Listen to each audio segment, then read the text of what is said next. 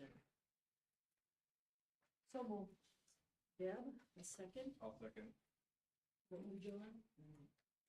Any questions or discussion on that? Not those in favor say aye. Aye. Those opposed, nay. The motion carries. Okay, 4.0, public comment, we have none. 5.0, approval of the consent agenda, and I'll need a motion. I make the motion to approve the consent agenda.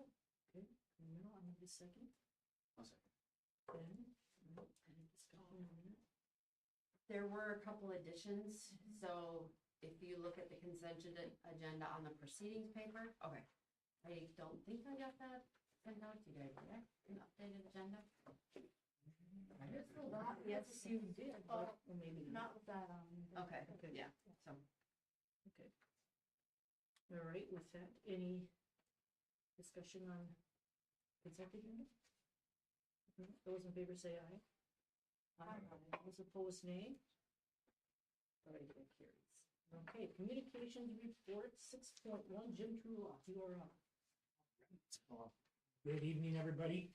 I just gave you an updated report because I got more information about the solo ensemble and the large group, so that's really the only difference in there. I like to verbally throw some compliments out and things like that. First thing, state basketball tournament was a lot of fun. I will say it's a lot of work, but I would do it every year if we could in multiple sports because it's a great experience for everybody. Our fan turnout was just phenomenal.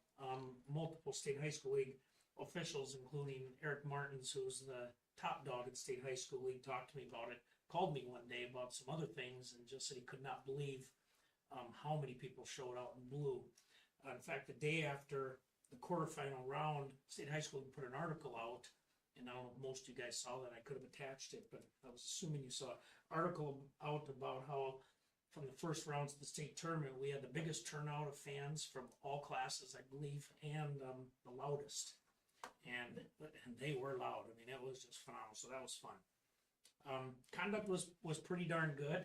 You know, that's kids pushed the limits a little bit, and so do some adults. And Eric Martins we had a little talk about that. And finally, in the finals, they did bring me down on the floor. It's not that they weren't doing anything any other school did, but they really try to. They don't want certain things done. I do want to make clear there was the first round, one little chant they do that makes it sound like they're swearing. I can verify they're not swearing. They just found something that makes it sound like that when 300 people are chanting. So, but we put a stop to that. They listened to me pretty well. Had a couple group leaders in the front that I talked to. And if we go again, I'm probably going to find a few more helpers. That was, 1,200 fans are a lot for me to try to keep track of. Ben helped me a little bit and so on. But yeah, what a great experience. And again, really want to congratulate Coach Condon, his staff, and all the girls for just a fantastic tournament. Considering we almost lost the second round of subsection in overtime to Minneota to go all the way to the state finals is just phenomenal. That just says how tough our section and subsection is. And then along with that, Emmett and Brielle Jansen were both selected as Class A all-tournament team members as well. So congratulations to them. Jesse supervised the spring play for me. I was in Philadelphia wrestling at that time, so I heard it went well. I talked to Mrs. Strike, and she was happy with the kids. So, did you have anything to add, or?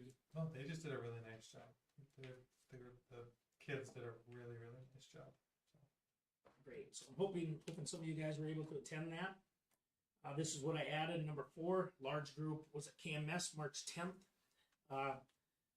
They've been real close the last few years, but this is the first time for quite a while that the band received a superior rating, and Mr. Gronseth was really excited about that. Said that it was much deserved, and it's been a long time coming. So he said he was really proud. Same thing, solo ensemble. They went to Benson on the 29th. Andy Rand and Henley Johnson both also received superior ratings on their instruments. I don't want to mess that first one up, so we're just going to say their names and not the instruments. And then Lillian Pauling also, so we had 3 members compete that day, and she received an excellent rank. So congratulations to them. As you've seen, it's kind of funny. I had a lot of hopes this year, spring. I used to think the winter season stressed me out because of possible storms, and it really is the spring season. I mean, we're about halfway through the season, and we've played almost nothing. So it's been extremely challenging for myself as well as the coaches and probably mostly for the kids, you know, because they're gonna get really worked here pretty quick, because we try to get all of our events in, so sometimes they might be doing 4. I know 1 week we have 5 baseball games, so we'll see how those arms hold up and things like that, but it's a very challenging spring, but we are doing the best we can to get everything in, to try to give these kids as many opportunities as possible. Josh wanted me to talk about this, but there's been a few times we looked out at the athletic complex out there, and it's pretty cool to see, because we have got softball teams out there, the baseball team out there, tracksters all over. I think, Jesse, have you taken the junior high out there at all? So every sport that we have going on this spring right now, except golf, has taken advantage of that complex and gotten outside, and just rather than having having balls bounce off the walls. Last year, I think we had 3 concussions in the junior high gym in softball. And so if we can get them outside and not hit the track kids when they're running around, it's definitely a benefit. So that's outstanding. And again, thank you for approving those other coaches that I did not have last month when I was asking for approval. So Todd, was that 5 minutes or less? Right on. Okay, all right. You guys have any questions? Okay, thank Thanks, you. Jim. All right, Mr. Bertram. Not a lot going on this last month. We had a chance for a couple big celebrations. We did the end of Q3, so our Wolverine Way winners, we had 18 students that received that award in an assembly, and we followed that up with a celebration of Reed Cross creating a big gym. So Renee Westbrook and Katie Hess did just a wonderful job of getting those kids excited about reading, collecting minutes, raising money. I think we talked about that last month, over $9,000 that they raised in that. And then a celebration at the end that turned some teachers into some silly string mannequins and myself into a makeshift Sunday, I guess, is what the best way to describe it. So positive referrals stay pretty strong. We're usually right around that 600 mark, so that's been pretty steady.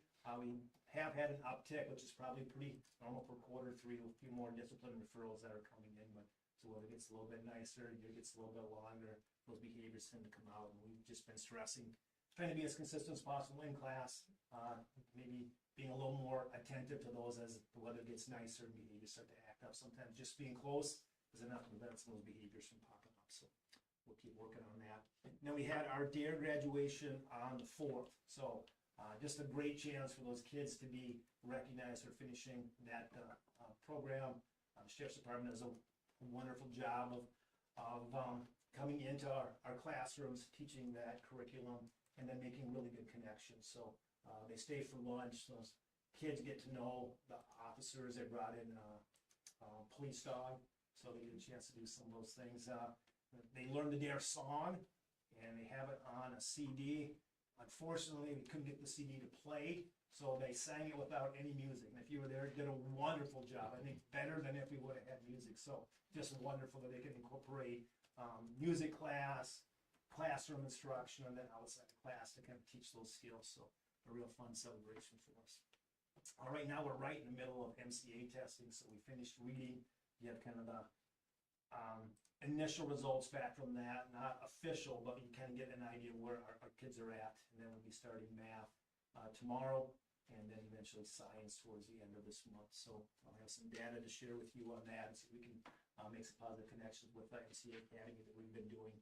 One of the things that we've noticed is right what the READ Act and what Letters has been telling us is that they have to master that phonics and that awareness of sounds more so than letters, and be able to decode those words. So we're still falling a little bit short there, and we're going to continue to work on those strategies. We took a group over to ACGC to watch how they've done their phonics and their, they call it WIN time, it's our MTSS time. So that kind of combination that we're working into our schedule for next year. So with that, our schedule for next year is relatively set. We're meeting with grade level departments throughout this week just to make sure we have things right. If we need to tweak it, we'll do that, and then we'll be ready. So continue to make, I think, some strong gains in our reading and math scores. So just a work in progress right now. Do you have any questions for me? All right, thank If you. not, thank you. All right, Mr. Wheaton. Thank you. Good evening, everybody. First thing I have for you that I'd like to highlight, even though I know it's on 7.3, so there'll be some discussion about the calendar. Just wanted to make sure that you knew that in developing the calendar, there was feedback from staff that was incorporated at multiple meetings with K through 12 staff in that, and they provided some really good feedback. And some of it's stuff that we poke each other back and forth about, not messing with Mondays and don't call a long weekend a break and those kinds of things. But it's good banter, and I'm really happy with the end product that we've got to present for you tonight.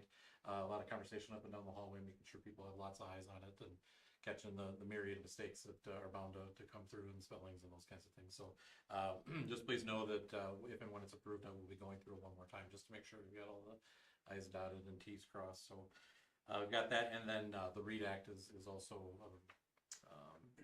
it reared its head again, and so Mr. Bertram and I were at a principal's conference with the North Collaborative, and we found out that the middle high staff, they cannot do theirs until year number 3 now.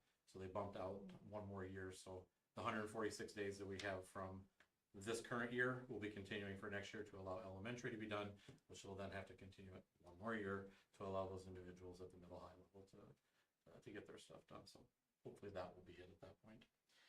Very happy with on March 24th when you were having the final interviews, we had our Lions Scholarship banquet. It was a wonderful evening. We had 76 scholarships that were awarded that evening. And not only thank you to the Lions for their tremendous the gathering that they put on, but also to the benefactors and the contributions that come in to make those scholarships possible. So wonderful evening to be able to give our senior class the opportunity to get a little leg up. Moving forward, we have the senior class has it's called the Reality Fair. It's going to be at RCW upcoming. And little do our high schoolers know that, personal finance isn't just a class that you take. Okay, it factors in through the rest of your life. So this Reality Fair is a good opportunity for those seniors to get out there and maybe have a little bit more of a practical, hands-on opportunity to start developing that healthy relationship with money. And so, again, as I've talked to you through the years about the importance of our kids having the opportunity to go outside the walls and learn things from other individuals, it's important. So another good opportunity there. And then our annual Senior Day, again, we're talking about graduation week now. Senior Day is going to be May 27th. So the last day for the seniors in class will be the 23rd. And then that Tuesday then, we will have our award ceremony. We will have our elementary walk. Make sure the little kids can see them walk through. And then we'll have our device turn in and then our commencement practice. So good opportunity for the kids to get that final bit of recognition before we have commencement. And then just so you know the progress, once we have that done, that'll give any of the seniors who maybe have a little extra need to get some academic components taken care of before they walk, that gives them a day and a half to get things taken care of and get those final points that might be necessary. So then we'll be rolling right into the last day and then commencement on Friday. So it's going to be pretty bang once we, I'd already get some of my kid, it's hitting fast. So that said, just again, a little piece here, you're going to get the full sales pitch from me at the May board meeting, but commencement coming up. And so if you want to attend and be up on the stage, you're more than welcome to it. Shake some hands and wish kids the best in the future. Love to have you there. I'll do that once I talk. That's all I have for you. All right, any questions for John? Is that Reality Fair new to the area or the first time? I don't remember hearing it. It sounds like a great idea. It's the first time we've been invited to it. RCW reached out to Ms. Brisley about it, and then she ran it by me, and I said, "Yeah, let's do it." Cool. No, it's not new. I mean, if you Google Reality Fair, you'll see that it usually financial institutions are the ones that put it on. So there's basic curriculum for it. It's a whole day. Get ready. Yeah, a whole day of school. So maybe bulk of the morning, a little bit in the afternoon. Anything else? No? Awesome. Okay. Thank you. Thank you. Mr. Austin. Yeah, good evening to all. The first thing I want to do is welcome Adam home to the McCray family. So if you want to give him a round of applause. The McCray School Board and staff and community members had a successful superintendent search, and Adam will be joining us at McCray this next fall.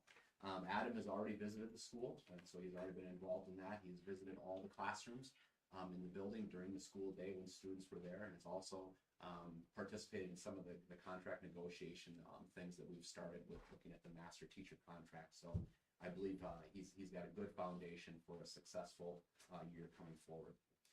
Legislative updates, MREA continues to have an update each Tuesday morning at 7 a.m. And I try to look through those and break those down for each of you. And I think I've even been putting how long they are. So if you know how much time you want to commit to watching what those legislative updates are, you can. The budget forecast is not encouraging. You know, as you look at the state legislature right now, I'm confident that things look at least average going into this fall. But I think looking ahead to the 2026, 2027, 2028, and 2029, school years, I think there is going to be some solutions that we're going to have to come up with, not only here at McCray, but really across the state in public education. As Mr. Trulock said, the girls basketball tournament was quite the success, and we made up that day that we did miss on the 31st. I just want to go down on record and thank the school board, the staff, the community, and Mr. Trulock as well for just all the work that was done into preparing those days. There's a lot of conversation put into having an early out or not having school, and just to know you're doing it in the best interest of the kids and their successes. And I think if you talk to the kids that did participate, it was an experience that they'll never forget. And it's something that they're going to continue to look back on, even if they did not see the floor, or even if they were not on the team, but they were down there. Just the camaraderie and just the wonderful adventures really that they had that will certainly lead to some successes later on. This year I started a group called the McCray Leadership Advisor, and we meet every third Wednesday, and the people that attend that are the directors, people here at the School of Leadership, but also outside agencies. So Southwest West Central, their special ed director comes and joins us.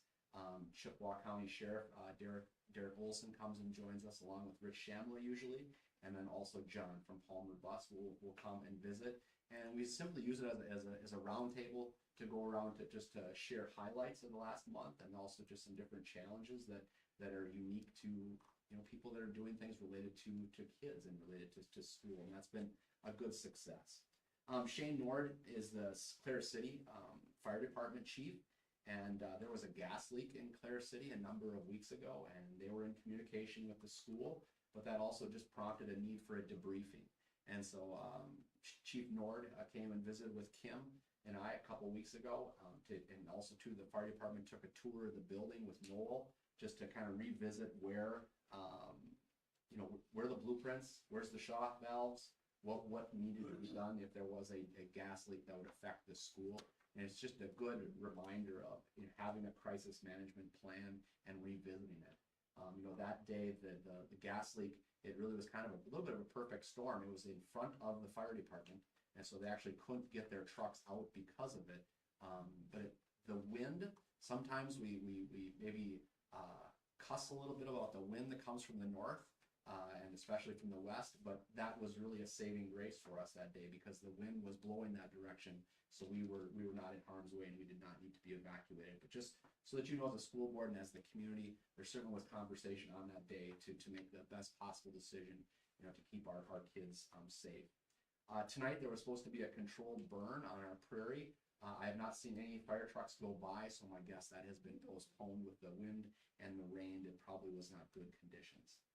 I mentioned in the legislative updates, just the budget conversation. We do have decline enrollment currently at McCray, and that's something that we're going to have to approach to improve on, hopefully improve upon. But we do need to find some sustainable options. We've had some class sizes that have been small and have been small for a while, and looking at inflation, unfunded mandates, unpredictability with earned safe and sick time, family leave, and unemployment insurances, those continue to squeeze not only a state budget but also a local budget too. We have currently at McCray 3 memorandums of understanding, and those 3 are worked on between the district, which is me as the superintendent, along with the union. And right now we have an MOU that provides additional hours for special ed staff to be compensated outside of the school day for things like IEP paperwork and the due process within special education. We also have an MOU for the READ Act. It is something that we are mandated to do, to be part of the READ Act. some of the hours of professional development are done during the school day and during the teacher's contract year, but 40 hours is done outside of the contract year. And so therefore, teachers had a choice. They could be compensated for that, monetarily speaking, or they could also get grad credits for that. And so that was part of another MOU. And the third MOU is more recent. There are some institutions across the country that are offering grad credits for lane changes that they being the university, doesn't even accept those credits back to their college. So if I were to take 15 credits from a college, specific college like Idaho State University doesn't accept those credits back to their institution. So we're revisiting that, just to protect those that have earned grad credits in the past and those that are earning grad credits in the future. I hope that will be solved within negotiations, but there has been a pause on some of those grad credits being accepted or not accepted. Hats off to Todd and his team at the elementary school, as mentioned, with their DARE celebrations. It's great to see Sheriff Derek and Rich Shamla and the K9 dog come out. It's good for the kids to see that. Not only is it good for kids to see that, but also to make relationships with those that are law enforcement. That relationship, builds trust, and it simply helps out going forward for our kids. So that's just a wonderful opportunity. Within the last couple weeks, Noel, our head custodian and building and ground person, has been working with Kim and myself with Chapel Central and also Automated Technologies. Automated Technologies sent out Sean, and Chapel Central sent out Ross. And we sat down, and they both have maintenance agreements with us. We sat down with them side by side with all of us in the room saying, okay, if you are already taking care of this here, why should we have to pay for it on here? To try to just kind of make it a little bit simpler so we're not paying for a service that only one needs to provide. And so that was good, just in terms of, budgets, making sure that we're being efficient with our tax dollars, but also making sure that all of our HVAC units are working. That's very important. Middle school kids have an opportunity coming up on April the 25th. Central Minnesota Christian is going to come over, and they are going to help run a I put down old school field day. So this won't necessarily be like a varsity or JV track meet, but there might be softball throws, 100-meter dash, and long jumps, and different things that kids can participate in. And so they'll sign up.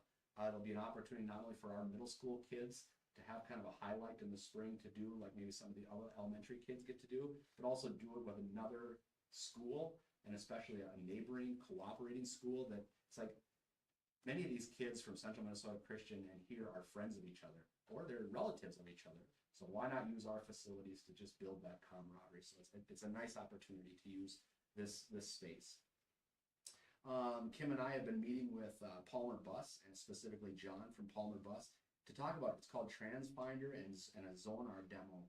And what it allows you to do is it allows you to track maybe where your kids are in their bus route. Or if the bus is running late, can that send an alert to moms and dads or guardians or daycare providers that, this is where they're at in the route.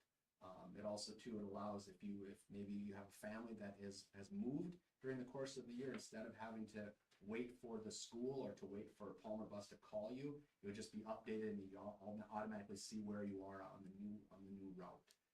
And so that was good to see that pretty creative use of technology, and something that I think would be beneficial for our kids and our families. Denise Smith, she is stepping away from her position and retiring, and so within community education, and just within this last week or 10 days, the business office, the activities office, and administration have sat down to talk about how we need to update those job descriptions and those responsibilities, and then also setting a timeline, knowing that June 30th is going to come very soon, and we need to get that role filled. If you have taken a look at our community ed programming, in the last 10 years or so since Denise has done that, you see that there's more offerings in the catalogs. For a school our size, we're far and above what other districts are providing for our community. And it's easy during the school day to think of our school as being pre-K through 12, but our school is beyond that. It's birth, to senior citizens, and that education and those opportunities are important for all. Today, you're going to be looking at two different policies, and I just want to kind of make some comments about what you're seeing. Policy 515, it needs updating. The last time we looked at this was November of 2021, and it has to do with defining directory information. So in 2021, what we defined as directory information has changed. And so we want to make sure that we have updated our language in policy 515. The next one is policy 522. If we were to look at a timeline, in July of 2024, Minnesota School Board Association encouraged schools across the state to adopt the new Title IX policy 522. And so McCray, being efficient and following that lead, in August of 2024, we did make those changes to the new updated 522. Since January, the state of Minnesota, along with MSBA, has encouraged schools to go back to the older version. Okay, so the older version is what we had struck out in July of August of 2024. So I'm just going to read this this statement, and then we'll kind of move into the next steps of our board meeting. The proposed changes to policy 522 are in response to the federal Title IX rule changes. A federal court vacated the 2024 Title IX final rule, making it ineffective, including the state of Minnesota. The 2024 rules primarily concern district investigation requirements for sex-based discrimination claims. The Minnesota School Board Association and legal counsel recommend reverting to policy 522 based on the 2020 Title IX federal regulations.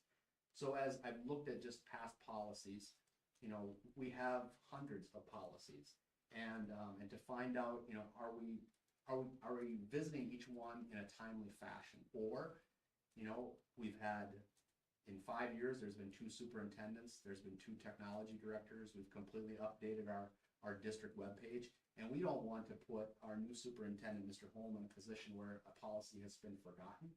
And so we've been working with MSBA as doing a policy audit, and so they can go through all of our policies and make sure that we're all where we should be, because not every policy has to be looked at every year. There are some that do, and we've done a great job with that. But there could have been policies over time that maybe have not been reviewed, you know, for more than 5 years. So we just want to make sure we're on a good page going forward with our policies. Any questions for me? So MSBA is recommending we revert? Correct. Okay, any other questions? Is the Nice's spot been open right now as far as yeah, okay. It has not been posted. And what's the timeline for that? Timeline with that was we're in the process of putting together a job description, Yeah. and I would say within the next 10 days we should be able to post that. Is it gonna look very similar to the position that's available now? That's a loaded question.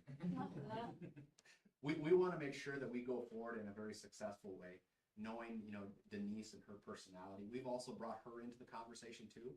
So she has put together a very good list of responsibilities and things she hopes that we find in the next business director, excuse me, not the next business director. The next community ed director. So to answer your question, It's not full-time though, right? it would not necessarily be full-time. But that does not mean that we couldn't, you know, partner that with something else to make it full-time. Quick question about, you talked about some budget stuff. If we're gonna have to make budget adjustments and whatnot, will we be seeing that at the next meeting then? Tell Tim, like, number-wise, You know, you talked about if we have to reduce yep, spending and things like that. Is that something that we will get that information so we can kind of digest it a little bit? Sure.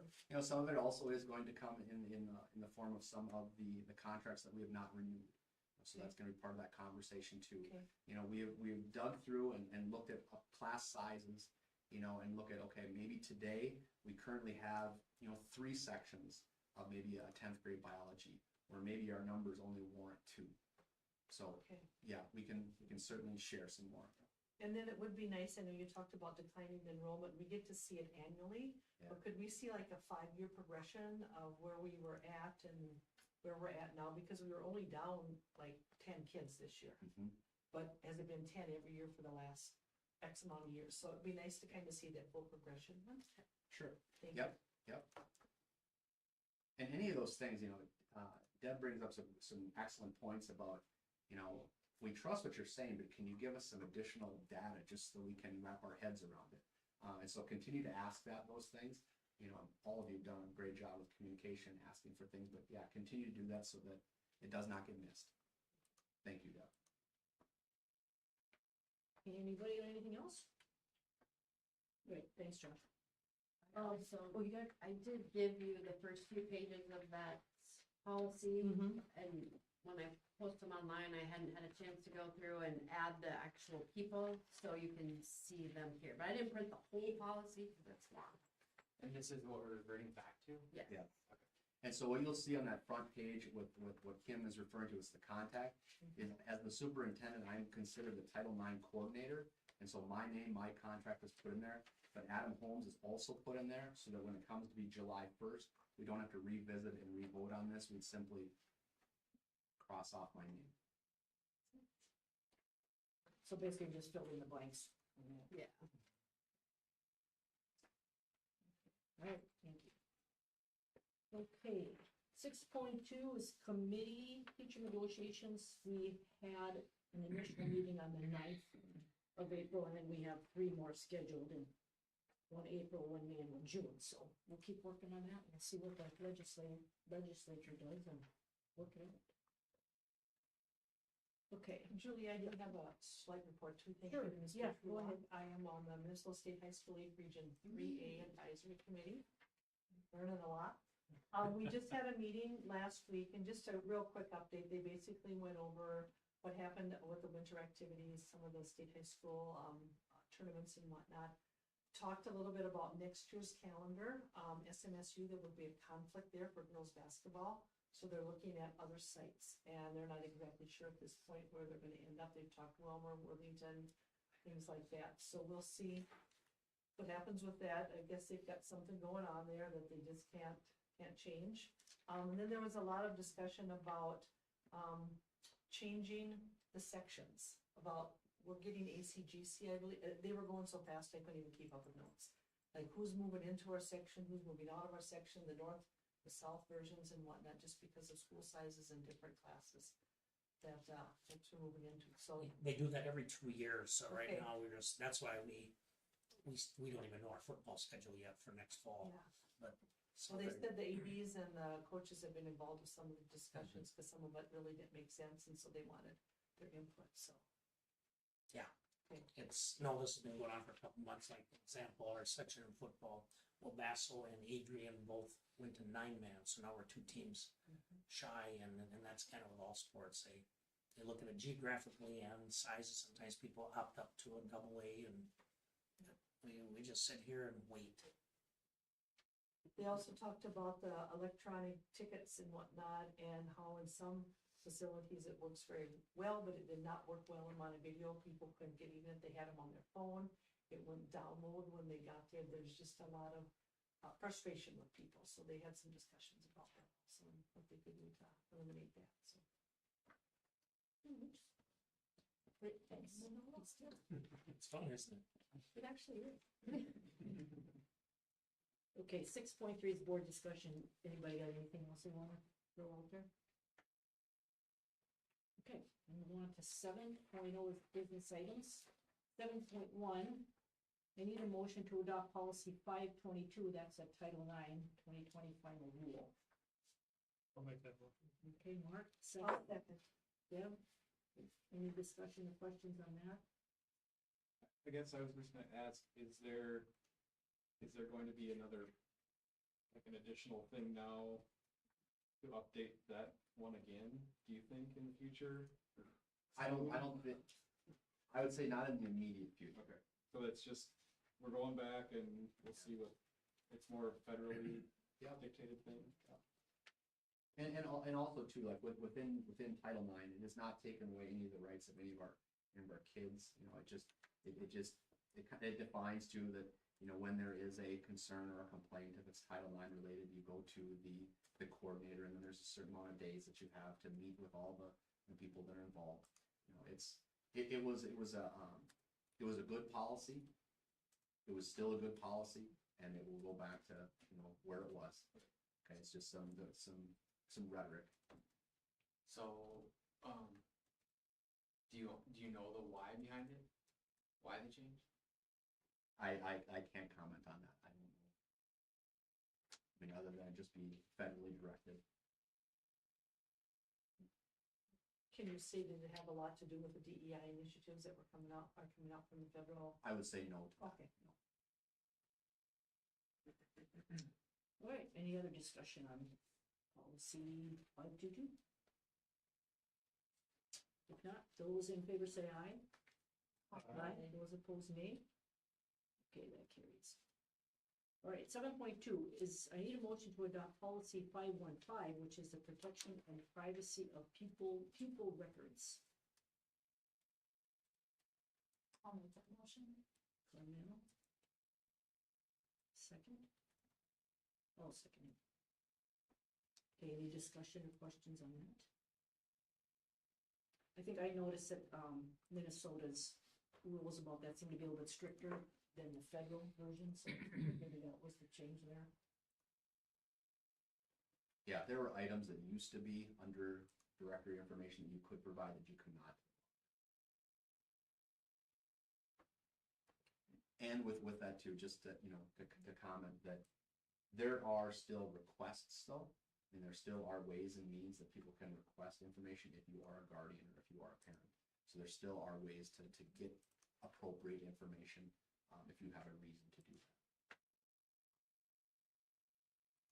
Okay, any other discussion or questions? Right. Those in favor of adopting policy 511, say aye. Aye. Aye, those opposed, nay. Okay, 7.3, need a motion to approve the calendar for school year 2025-2026. I'll make that a motion, then we can have some discussion. Sure. Deb, second, Naomi? Yeah, I'll second. Okay, John, okay.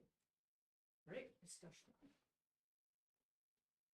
But just, I'm glad to see we only have one 5-day week, the way it looks, because I've heard just that week, it's not too long ago, we had kids were shot. I heard from parents, they were like, oh my gosh, thank goodness we have a 4-day school week, so. Could I point out a couple things? Would you? Absolutely. Okay. If you look under school events in the middle, you'll notice the homecoming has a nice big TBD next to it, along with coronation. Again, as Deb was talking about with scheduling, and then Mr. Trulock added on to it. That's one of the things we're waiting for the schedule to come out so we can actually figure out when we can have homecoming. And then you'll also notice that Snow Week is a little bit later in the year. The way the calendar was lining up was going to be the first week of semester change, and we had some requests to not do that because changing classes and those kinds of things, it can be a little bit more difficult. So to throw on the extra festivities and those kinds of things just would complicate matters a little bit. So we bumped it into February a little bit to just make sure we had the appropriate amount of activities for both boys and girls to have home games. So we got that taken care of. And then other than that, really, conferences, we're doing early out in October on the 15th as we head into MEA. We'll have a half day with students.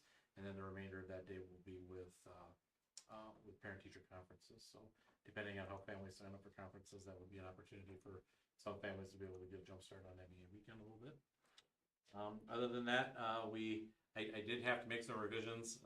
Mr. Bertram ended up getting some word from the letters folks, the letters training individuals, and they said, well, we can't do this day or this day. So then we had to quick scramble and find a couple of Mondays that we could make it work, and that complicated things a little bit, but in the end it shook out. The staff seemed to be really happy with it, and this thing starts usually late January, early February, and it takes up to this point in order to get things ironed out. So it's I'm happy with it in the end, but I'm also going to be happy when y'all say yes.